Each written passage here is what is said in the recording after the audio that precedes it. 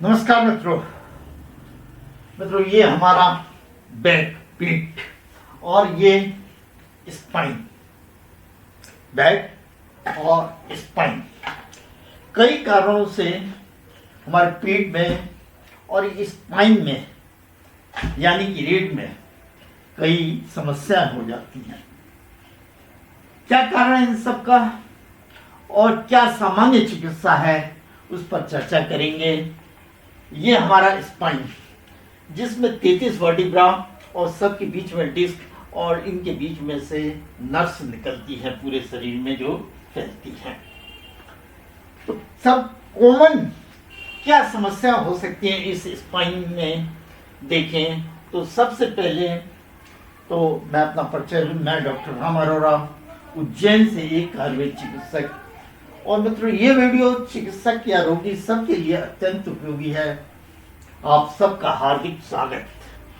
ये हमारा स्पाइन का अगर एमआरआई लें तो इस तरह से दिखाई देगा। ये ब्रेन से लेकर ये पूरा स्पाइन और ये स्पाइनल कॉर्ड जा रही है और इस सब के बीच में स्पाइन के बीच में डिस्क। और सबसे कॉमन समस्या जो है कमर दर्द। क्या कारण है सब इन स्पाइन या बैक एक के?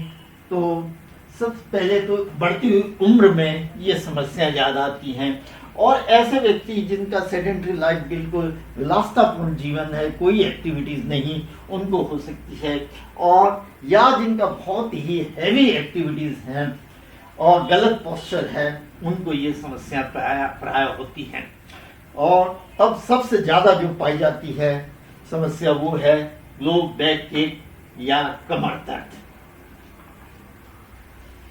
जीवन में लगभग 80% व्यक्तियों को कभी ना कभी कमर दर्द की शिकायत होती है। और दूसरा है साइटिका, जिसमें कि कमर से लेकर पैर तक दर्द रेडिएट करता फैलता है और कई बार सुनपन या झुंझुनी आने लगती है। ये साइटिक नर्व पर कंप्रेशन के कारण, दबाव के कारण ये समस्या होती है। ये आप देख रहे हैं नॉर्मल स्पाइन है, ये स्पाइनल कॉर्ड जा रही है, डिस्क है, लेकिन यहाँ डिस्क हर्निएशन वगैरह के कारण ये यहाँ साइटिक नर्व दब जाने के कारण साइटिका हो जाती है। स्क्रोलियोसिस, ये हमारा स्पाइन बिल्कुल सीधा होना चाहिए पीछे से। इस तरह से आप देखें तो बिल्कुल सीधा, लेकिन यहाँ इधर या उधर ये टेढ़ापन आ जाता है। इसको स्क्रोलियोसिस कहते हैं।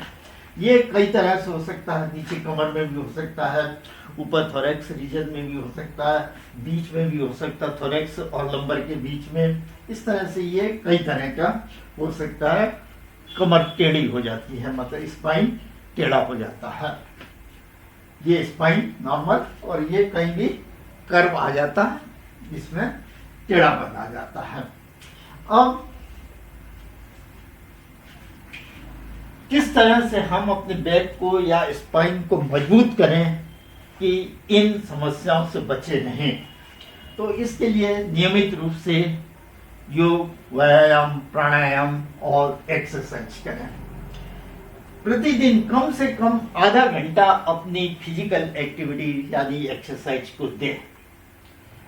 30 मिनट, 20 से 30 मिनट तक एक्सरसाइज। और कमर की, बैक की स्ट्रेचिंग और फ्लेक्सिबिलिटी के लिए एक्सरसाइजेज, योग, व्यायाम, प्राणायाम इत्यादि करें। चिकित्सा जैसे कि कमर दर्द हो, स्क्रोलियोसिस हो या साइटिका हो, क्या चिकित्सा है? तो ये चिकित्सा विभिन्न कई कारणों पर निर्भर करती है, जैसे कि रोगी की उम्र क्या है, क्या सेक्स क्या है उसका, कहाँ का रहने वाला है, उसका लेवल क्या है, हेल्थ कैसी है, जनरल कंडीशन क्या है, भिन्न भिन्न होते हैं। लेकिन सामान्यतः आयुर्वेद की स्नेहन और स्वेदन यानी कि सिकाई और मालिश प्रक्रिया अत्यंत ही उपयोगी रहती है सामान्य दर्द में। स्नेहन यानी कि मसाज और स्वेदन। और सामान्य साइटिका, कमर दर्द इत्यादि में कृपया इसे आजमा कर देखें।